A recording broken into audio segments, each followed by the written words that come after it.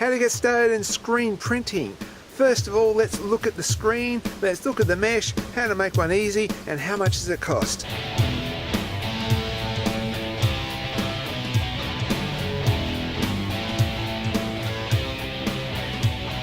Different meshes you'll need, they come in different sizes, and if you're doing t-shirts or printing on a softer material, even a softer, thicker paper, 43T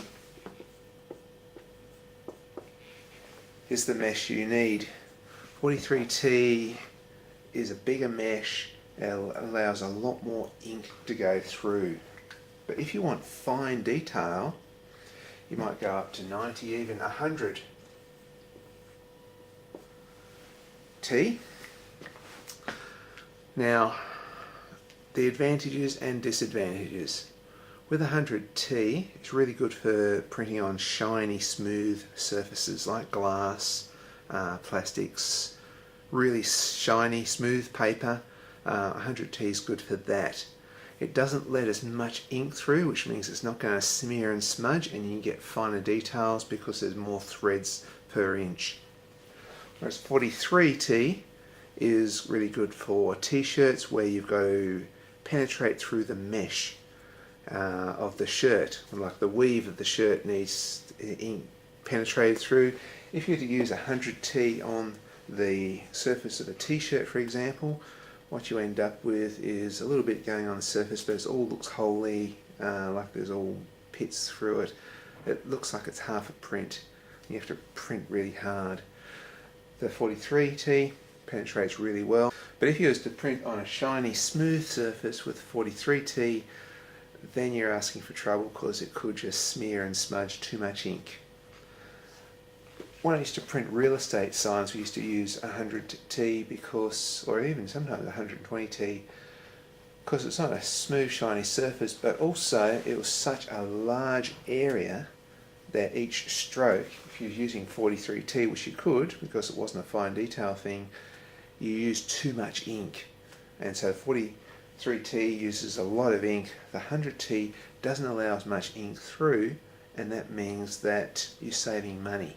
And with screen printing, we're getting into the worlds of commercial printing, and every cent counts.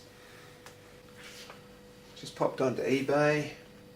I found some 90T mesh for about $25 Australian. Doesn't include postage. And it's yellow. Why sometimes 90, 100, 120 meshes are yellow is because when you're exposing them to light, which is going to be the next video on how to make a photo silkscreen, is that the light comes down, the white can spread the light around a little bit, just, you know, we're talking fractions of a millimeter, whereas yellow doesn't reflect the light as much. And so that's probably for if you want to print really fine detailed photos, the yellow mesh, but you couldn't do that on a t-shirt. And here we've got some 43T mesh from, where's this, the US, and that is, it's about $31 a metre.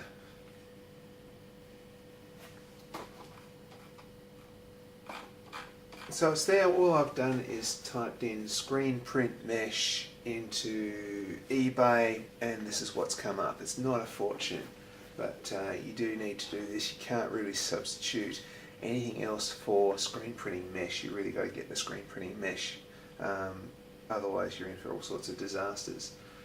But everything else, the wood, the scissors, the staplers, you can get in your local hardware store. The materials you'll need is a frame of some kind made of wood, staple gun and staples of course, scissors, maybe a knife, and the mesh.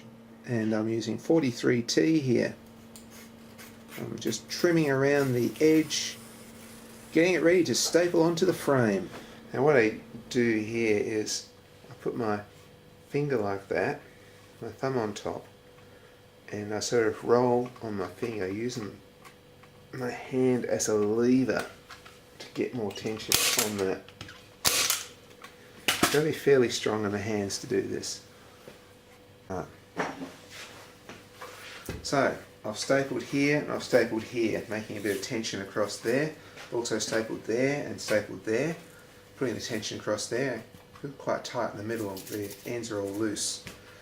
Now what I'm going to do is staple probably halfway from there to the end. Not stapling to the end, just there and there on every side.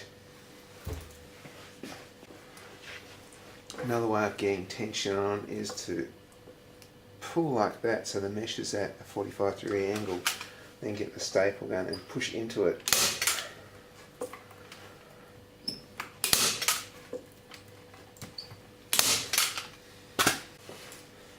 Now I've come to here, now I'm going to do another little bit. Each time you sort of like go halfway to the end on each side, not quite to the end.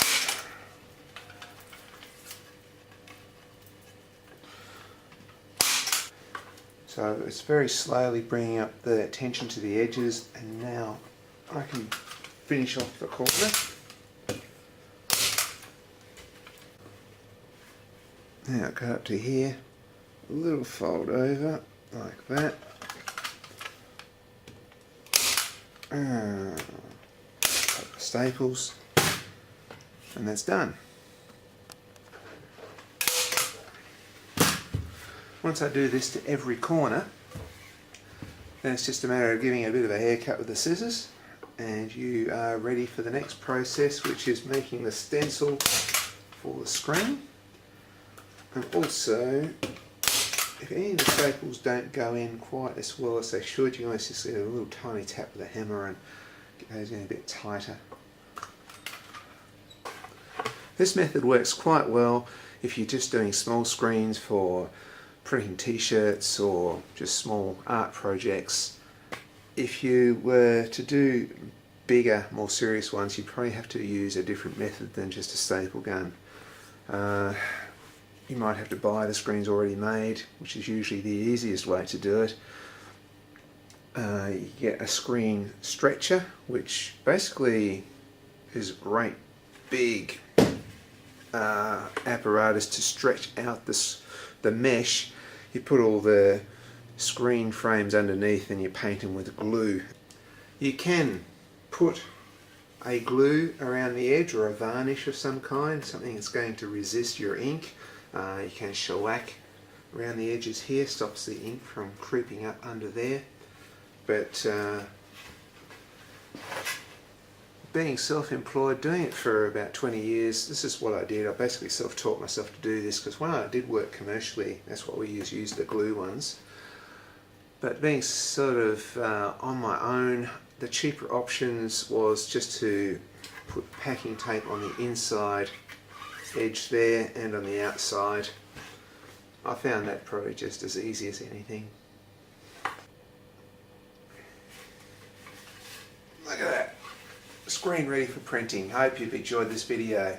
In my next video I'm going to cover the topic of a photo screen print, how to put on the photo emulsion, expose it to a light and get your drawings or your artwork onto the screen so you can print thousands of them. I'll see you in the next video.